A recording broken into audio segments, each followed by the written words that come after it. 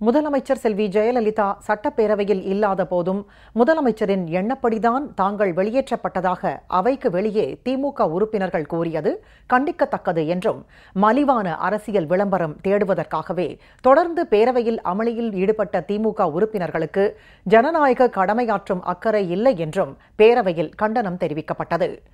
தமிழக சட்டப்பேரவையின் தற்போதைய கூட்டத்தொடர் முழுவதும் திமுக உறுப்பினர்கள் நீக்கி வைக்கப்பட்டிருப்பதை மறுபரிசீலனை செய்யக்கோரி எதிர்க்கட்சி உறுப்பினர்கள் பேரவைத் தலைவரிடம் மனு ஒன்றை அளித்தனர். இது தொடர்பாக அவை முன்னவரும் நிதியமைச்சருமான திரு ஓ பன்னீர்செல்வம் பதிலளிக்கையில், எந்த சூழ்நிலையில் திமுக உறுப்பினர்கள் பேரவையில் இருந்து வெளியேற்றப்பட்டனர், அவர்களை நடப்பு கூட்டத்தொடர் முழுவதும் நீக்கி வைத்தது ஏன் என்பது குறித்து விளக்கமாக எடுத்துரைத்தார். 22/7/2014 அன்று நடைபெற்ற நிகழ்ச்சிகளை மாண்புமிகு உறுப்பினர்கள், பத்திரிகையாளர்கள் அனைவரும் பார்த்து கொண்டிருந்தார்கள்.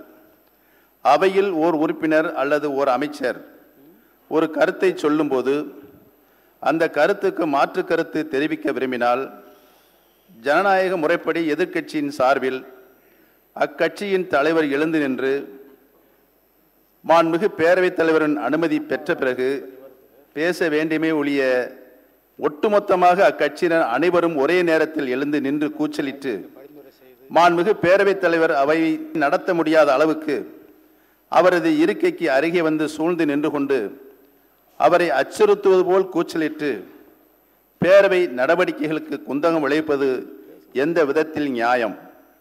திராவிட முன்னேற்றக் கழக உறுப்பினர்கள் ஒவ்வொரு நாளும் கேள்வி நேரம் முடிந்தவுடன் ஏதாவது ஒரு பிரச்சனையை உருவாக்கிவிட்டு மாண்புமிகு பேரவைத் தலைவரை விமர்சித்து கோஷமிட்டுவிட்டு வெளியே சென்று பேரவைத் தலைவருக்கு உள்நோக்கம் கற்பிக்கும் வகையில் பேட்டியளிப்பதை வாடிக்கையாக கொண்டுள்ளனர். 22/7/2014 அன்று பேரவையில் அமைச்சர் பேசிக் கொண்டிருக்கும் பொழுது தெரிவித்த கருத்தை அடுத்து என்னை பேசுமாறு தலைவர் அவர்கள் அழைத்தபோது என்னையும் பேசவிடாமல் பேரவைத் தலைவரையும் பேசவிடாமல் அவரை அச்சுறுத்தும் வகையில் அவரது இருக்கையை சுற்றி கூட்டமாக நின்று கொண்டு பேரவைத் தலைவரை நோக்கி கண்ணிய குறைவான வார்த்தைகளை சொன்னதோடு அவையை அவமதிக்கும் வகையில் கை நீட்டி பேசியதோடு அவரது இருக்கைக்கு அருகில் தரையில் அமர்ந்து கொண்டு தர்ணா செய்து கொண்டு திட்டமிட்டு அவை நடவடிக்கைகளுக்கும் இடையூறு செய்ய வேண்டுமென்ற ஒரே நோக்கத்துடன் செயல்பட்டனர். தொடர்ந்து இவ்வாறு அவை நடவடிக்கைகளுக்கு குந்தகம் விளைவித்து வந்தால் நடவடிக்கை எடுக்க வேண்டிய கட்டாயம் ஏற்படும் என பலமுறை பேரவைத் தலைவர் அவர்கள் எச்சரித்தும் அவர்கள் தங்கள் தவறான போக்கை மாற்றிக்கொள்ளவில்லை.